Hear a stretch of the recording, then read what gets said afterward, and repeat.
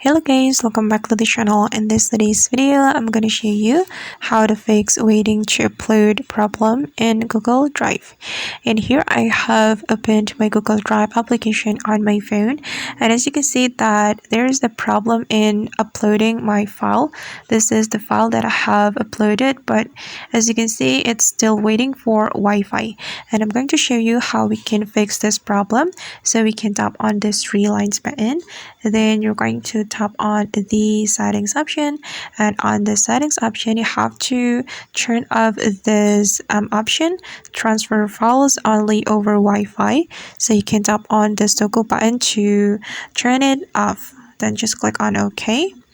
Alright, and we can just go back to the previous section, and I'm going to upload the same file. So we can tap on new, then click on upload, then just wait. Okay, I'm going to upload this file. Okay, just hold on guys, it's still loading. Okay, and now the file is being uploaded. And right now the file has been uploaded to my Google Drive. And alright guys, that's how we can fix waiting to upload problem on Google Drive. I hope this tutorial will be useful for you. Thank you so much for watching, and see you on the next video.